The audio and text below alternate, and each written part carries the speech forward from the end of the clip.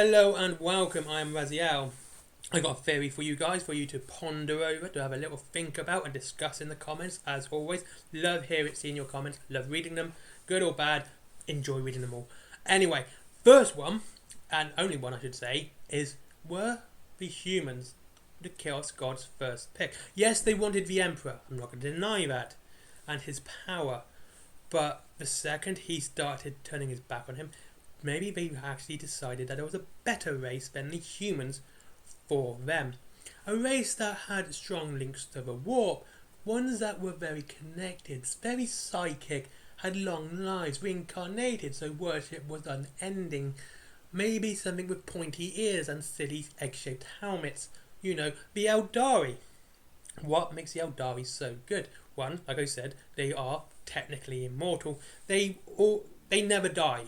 When they die, they come back. Whereas a worshipper dies, that sort of single boost of power from their soul would be nothing compared to a soul that kept living and living and living and constantly worshipping them. Secondly, they were very disciplined. They knew what they were doing, and they were also prone to excesses if they got bored. So they got good at whatever the god wanted them to get good at. Okay. So let's talk about the Chaos Gods first. Khorne, Nurgle, Tzeentch and Slaanesh. Now, Khorne, the god of war, is interesting because he's the god of war and bloodshed. Interesting that war is always first, because war takes discipline. You know, it's not just wanton murder and bloodshed. It is tactical, it is disciplined, it is a murder, it is death via design. Bloodshed is just that, it is wanton bloodshed. War is more important. Tzeentch is the god of trickery and deceit and, fun and games and all that nonsense. Nurgle is the god of disease, plagues, nature and stagnancy.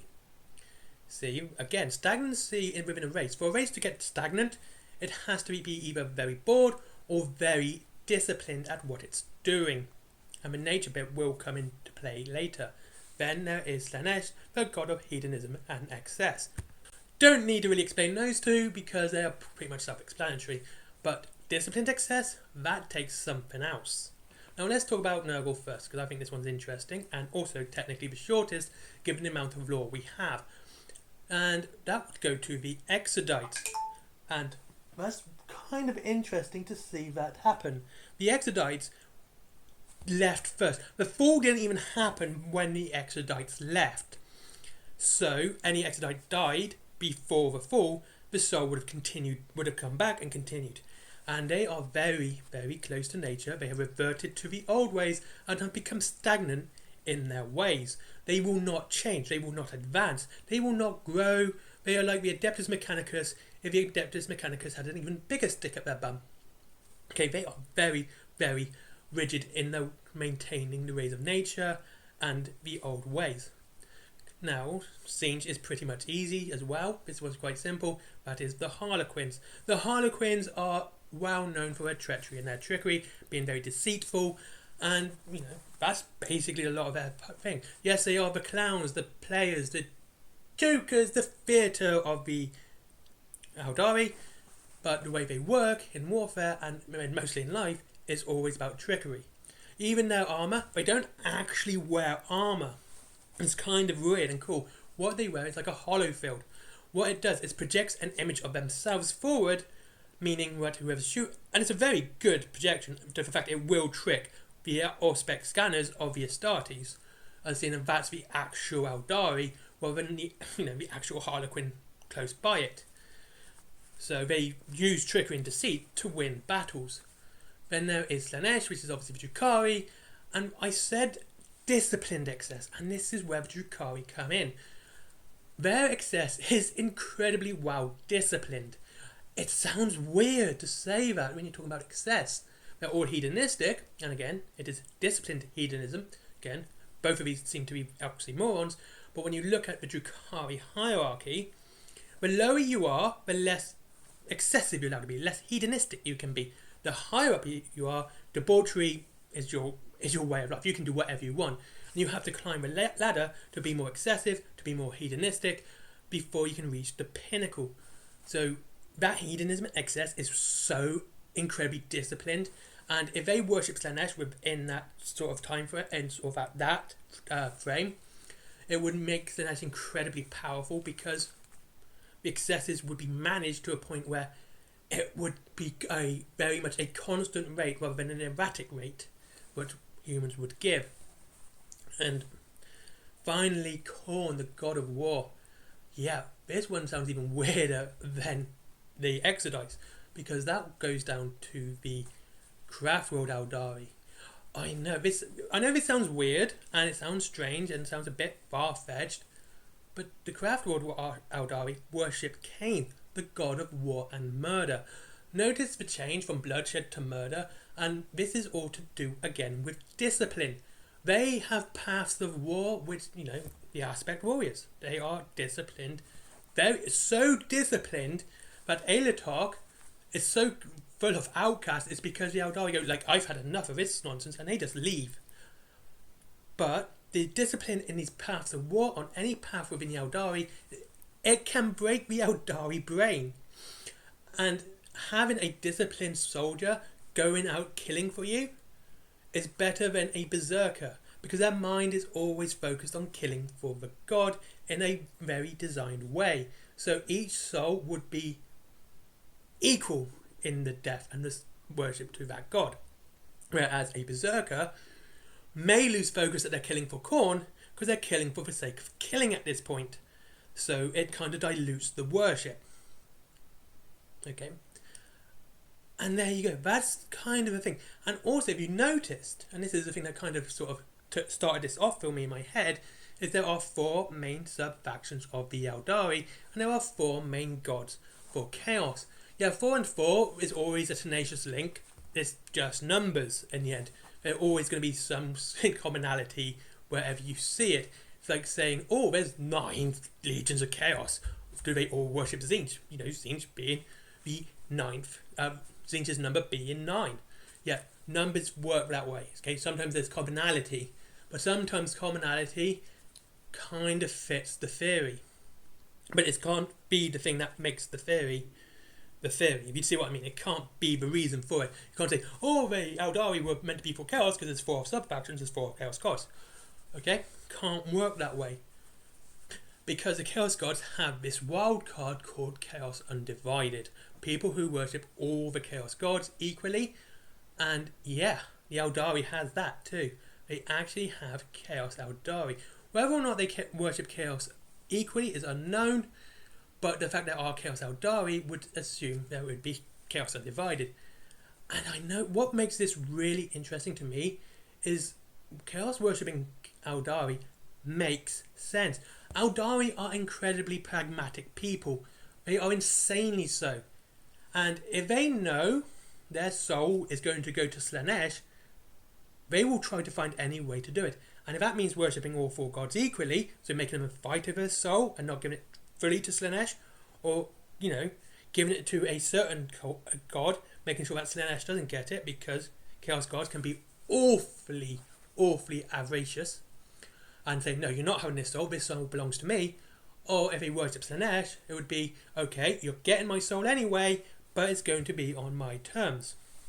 It makes sense, in my opinion. And so that's kind of what weighs it up.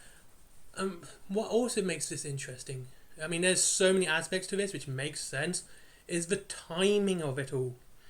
The fall of the Aeldari happened just, and I'm saying this not as in this big galactic scale of things, just, 1,000 years is just the time. We're talking years, at best decades, before the Great Crusade.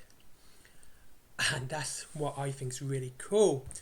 If you know that your enemy is forming an army and is in an area where you can't be, you need an army in that situation.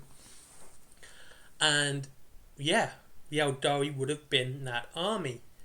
So, what went wrong? See, with every theory, you've got to find out why it didn't work and why this theory works, but why it didn't. Why it didn't work was, of course, Slanesh. Slanesh, being the god of excess and hedonism, wouldn't have enjoyed sharing this race with the rest of the other gods. Because one, they birthed him, and two, he's the god of hedonism and excess. Okay? He wouldn't have wanted to share this. It wouldn't have been his thing. So, Chaos God Slanesh kind of ruined it for everyone. By, taking all these souls for himself and destroying this entire army the Chaos Gods would have had as soon as it was ready to go. Yeah, like I said, excess is never a good thing. Everything in moderation. Excess is always bad. You might enjoy something, but you can always enjoy it too much. Okay? So, that's kind of his thing. And the other thing that went wrong is the Chaos Gods were aware of the sentient species, they were aware of the humans, they had worship and everything else, but what they weren't really aware of was the free will that comes with sentience. Yeah, soon as the Aeldari knew they were in trouble, they legged it. They went all their separate ways. So they were harder to control. They weren't a race that could be controlled. Humans can be controlled. Humans just need someone to be look up to. They didn't have the power of faith that the humans had. This was an aspect which I don't think even the Chaos Gods was so incredibly important to them. We know worship was important, but faith itself is different. Worship is doing something religiously, and worshipping a god, doing religious acts to please that god. Faith is doing that, but also believing in it as well. It's kind of weird. Christianity is a faith. It's not a religion. Because you have faith in Jesus Christ, that he's your saviour, he's your Lord. That is what faith is. You don't have to do any of the other things to be a Christian. You have to have a faith and that's it. That's how faith works. You don't have to do anything religious. That's how humans work. We believe in faith. Even if you're not religious, you will have faith in something, which to me is hope beyond hope. It's that one thing that what you hope will happen beyond any account of probability. It's the absolute, Hail Mary is what faith is. And that's what drives the humans. Aeldari don't have faith. They're a pragmatic species. They knew the gods existed. They made gods to do their bidding all the time. Faith wasn't part of their religious worship. And that was one of the problems the Chaos Gods would have come across, because if the Chaos Gods weren't doing what they wanted, as in what they were used to, they wouldn't have faith in these gods. So it was sort of counter to what they did. That's it. Anyway, I think I've made my point about this. What are your thoughts? As always, I do like reading your comments. Just leave them down below. And yeah, thank you very much for watching. I hope you enjoyed this video. I'll see you all in the next one. Have a great day. Have a good time. I do hope you're having a good time. I hope you're looking after yourselves. I really do. And I'll see you soon. Links to Wayland Games down below if you wish to save 20% off your Warhammer and free delivery after £20. There is also Forbidden Planet comics, DVDs, manga, t-shirts, plushies, all that cool stuff. And my merchandise, stickers, cups, t-shirts, all my own artwork. And there is, of course, my comics. Please give them a read. If you really want to support me, buy one of my comics. That would just make me so happy. And Skyforce, he's a good friend of mine. Give him a click, give him a look, and I'll catch you in the next one. Bye bye.